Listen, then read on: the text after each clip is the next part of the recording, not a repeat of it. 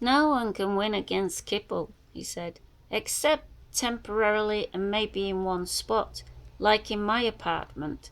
I've sort of created a stasis between the pressure of Kipple and non-Kipple, for the time being, but eventually I'll die or go away, and then the Kipple will again take over.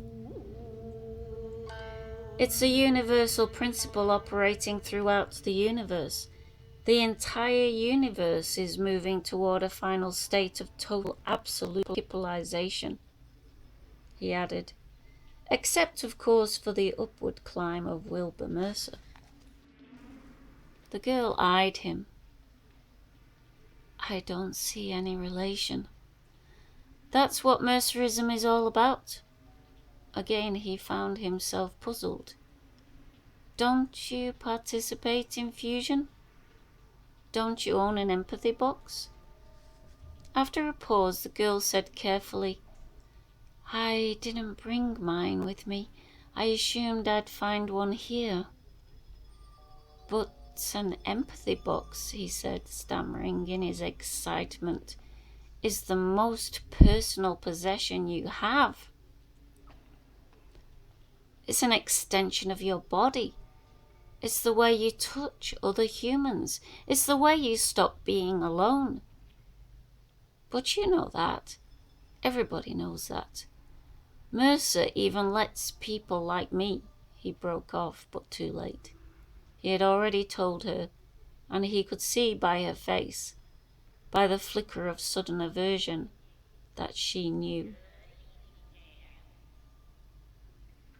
I almost passed the IQ test, he said in a low, shaky voice. I'm not very special, only moderately. Not like some you see. But that's what Mercer doesn't care about. As far as I'm concerned, the girl said, you can count that as a major objection to Mercerism. Her voice was clean and neutral. She intended only to state a fact, he realized. The fact of her attitude towards chicken heads. I guess I'll go back upstairs, he said, and started away from her. His cube of margarine clutched. It had become plastic and damp from the squeeze of his hand. The girl watched him go, still with the neutral expression on her face, and then she called, Wait! Turning, he said, Why? I'll need you for getting myself adequate furniture from other apartments, as you said. She strolled toward him, her bare upper body sleek and trim, without an excess gram of fat. What time do you get home from work? You can help me then, Isadore said. Could you maybe fix dinner for us, if I brought home the ingredients? No, I have too much to do. The girl shook off the request effortlessly, and he noticed that, perceived it without understanding it. Now that her initial fear had diminished, something else had begun to emerge from her.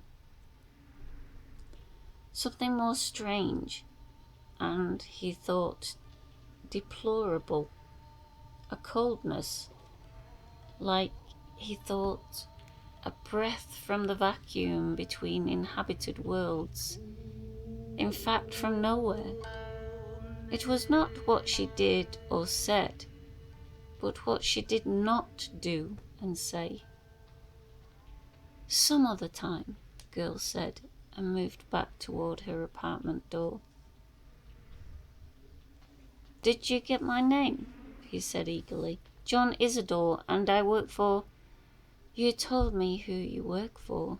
She had stopped briefly at her door.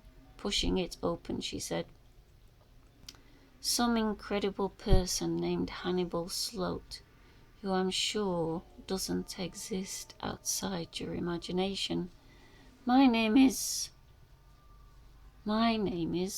She gave him one last warmthless glance as she returned to her apartment, hesitated, and said, "I'm Rachel Rosen." "Of the Rosen Association?" he asked. "The system's largest manufacturer of humanoid robots, used in our colonization program." A complicated expression instantly crossed her face, fleetingly gone at once. "No," she said, "I never heard of them. I don't know anything about it. More of your chicken-head imagination, I suppose. John Isadore and his personal private empathy box. Poor Mr. Isadore." "But your name suggests—" "My name," the girl said, "is Pris Stratton. That's my married name. I always use it. I never use any other name but Pris. You can call me Pris." She reflected, then said, "No, you'd better address me as Miss Stratton, because we don't really know each other. At least, I don't know you." The door shut after her, and he found himself alone in the dust-strewn, dim hall.